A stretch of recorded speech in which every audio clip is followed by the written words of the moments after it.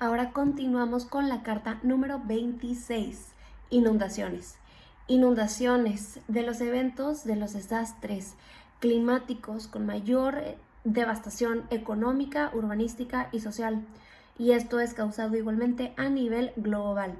¿Por qué? Por el peligro en el que se someten las personas tanto física como psicológicamente, igual por todos los daños que trae consigo, afectando directamente a su vida, así como la conocen, a su vida urbanizada, y es casi tan caótico, o me atrevo a decir, si no es que hasta más, por el nivel de invasivo que es, que los tornados y terremotos. Siendo esta es una consecuencia más del incremento de las temperaturas a nivel global, del incremento del calentamiento global. ¿Por qué? Porque la Tierra, que disipa energía calorífica, hace que, como ya vimos anteriormente, se calienten los océanos y los cuerpos marítimos, haciendo que se evapore esta propia fase líquida del agua. Se evapora, se transforma en una fase gaseosa y hace que el propio aire aguante mayores cargas de vapor, de vapor condensado, de agua condensada en vapor, fortaleciendo así las lluvias. O sea, una vez que se condensan estas nubes, hacen que las lluvias sean sumamente densas, sumamente insostenibles. ¿Por qué? Porque cae mucha cantidad de agua sobre el mismo lugar en espacios relativamente cerrados, concentraciones de agua muy abundantes, y es así como muchas ciudades no están preparadas en su infraestructura para soportar estos niveles tan altos de agua.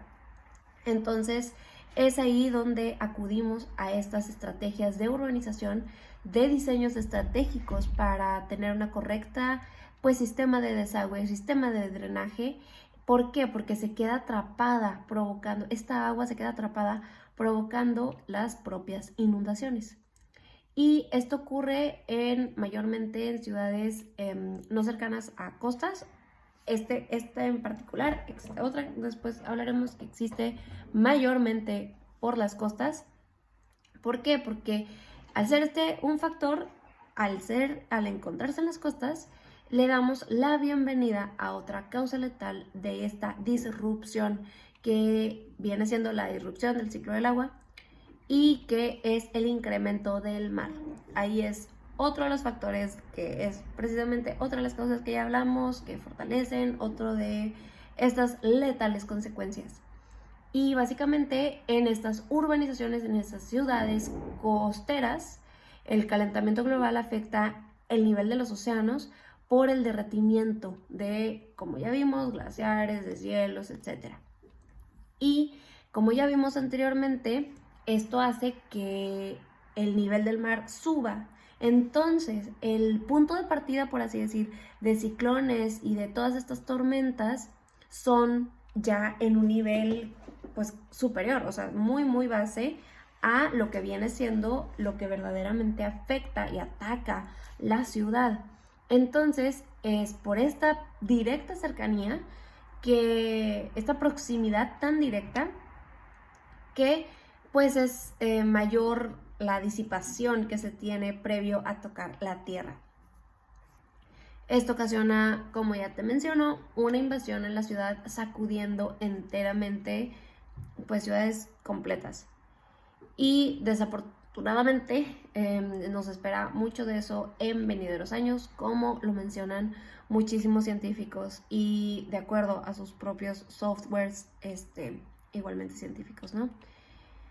También se han categorizado 3 tipos de inundaciones. Como te comento, la inundación de los ríos, debido a estas densas y desmesuradas lluvias, al abarcar un espacio que ya ha sido ocupado igualmente por agua, termina disipándose y sobresalen de los alrededores, puesto que regularmente el propio río acarrea toda esta agua que cae de la misma lluvia, y así la transporta a diferentes cuerpos acuíferos. Pero en este caso, cuando es tanta, cuando es demasiada, pues no hay ni cómo. Entonces, como los pronósticos de lluvia también suelen ser cada vez ahora más densos por el propio calentamiento global, por la propia condensación, por todo esto que ya estamos haciendo, esta cadena de este nudo, vemos que en realidad las ciudades nos tenemos que poner las pilas en mejorar nuestras estrategias de suministro, de drenaje y de desagüe para poder soportar todas estas aguas de una manera adaptable a nuestra ciudad. Otro tipo de inundación se le conoce como flash flooding o inundación superficial, en donde son las banquetas lo que primeramente se inunda. Esto obstruye las banquetas y las calles, ¿no? Esto obstruye el paso directo en ciudades urbanizadas y cada vez ha sido más presentes en ciudades como China Central, o sea, dentro de China Central, dentro del país de China Central. Ciudades como Londres y Nueva York, que son cosmopolitas, y es tanta ya la población que se tiene y es tanta ya la gente que ha hecho insostenible el sistema que se tenía inicialmente pensado soportar y absorber y disipar estas aguas. Finalmente, el tipo de hundimiento que te tengo como el tercer tipo es el de las costas, ya que debido a las evaporaciones que son de los cuerpos acuíferos que están directamente relacionados en directo contacto con las costas, pues son el mismo fomento que hace que fortalezcan todas estas tormentas, ciclones, huracanes, y esto es lo que abate ciudades enteras, siendo de los principales y de los mayores retos y problemas para las personas que están viviendo en estas zonas geográficas. Desafortunadamente, en general, como te menciono, muchísimo tiene que ver la infraestructura de las ciudades. ¿Por qué? Porque esto decide y esto básicamente es la manera en la que nosotros vamos a poder de verdad absorber y disipar todas estas concentraciones tan altas de agua. Pero anticipar la manera en la que se presenten y se pronostiquen estas alternativas es muy complejo porque aquí estamos metiendo diferentes industrias, sobre todo la industria de la urbanización y de la construcción. Sin embargo, los científicos han establecido que principalmente en las costas, si ya es un problema por los venideros años, va a ser hasta 9 veces más probable que estas inundaciones se desemboquen debido al calentamiento global. Y la verdadera razón por la que estos, pues sí, desastres son sumamente peligrosos y terribles es por la manera que tienen de invadir ciudades enteras, de invadir y de abatir las infraestructuras ya establecidas, las viviendas, los edificios que por más altos que sean también se pueden tumbar fácilmente cuando el flujo es tan poderoso de las aguas y cobran vidas, incluso siendo directamente en el impacto, también en el acto del desastre climático, pero también lo puede ser tras la sobreponerse a vivir a esta semejante atrocidad. ¿Por qué? Porque esto afecta psicológicamente a muchísimas personas que tienen que anteponerse a ver escenarios sumamente pesados, sumamente difíciles dentro de sus casas, dentro de sus familias, con sus seres queridos, y esto es algo mucho más allá de una solución mecánica. Esto toma muchísimo tiempo. ¿Por qué? Porque toma el reconstruir ciudades enteras que albergan vidas enteras que fueron tocadas severamente, y toma muchísimo tiempo y resiliencia colectiva.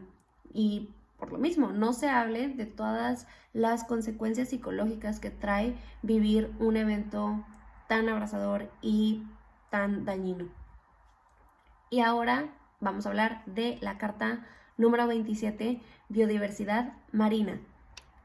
Hemos hablado ya del impacto tan negativo que tiene el calentamiento global, de cómo se ejerce directamente al mar y por ello a toda su biodiversidad y todo su ecosistema. Y esto también tiene mucho que ver con la desaparición de múltiples razas y especies de la propia diversidad marítima, que aunque no lo parezca, nos afecta directamente a nosotros en nuestra vida, sobre todo directamente, sobre todo por nuestra cadena de suministro alimentaria. Hablar de este tema sería sumamente abundante y vasto. Hablar de la biodiversidad marítima sería enorme. Pero principalmente me quiero enfocar en un tema que me pareció muy interesante, que viene siendo que diversos modelos y diversos softwares que han desarrollado biólogos marinos y diversos científicos que se encuentran dentro de este mismo ámbito han desarrollado para ver el efecto que tendría a futuro todas las conductas que tienen actualmente estas especies. Y empecemos por el efecto que tendría la reubicación, o sea, la recolocación, la remigración, por así decir, de estas especies debido al cambio climático. Muy bien, como lo mencionamos anteriormente, los animales se mueven de acuerdo a los requerimientos y cómo ellos van sintiendo cómo adaptarse, o sea, la manera en la que se van a adaptar.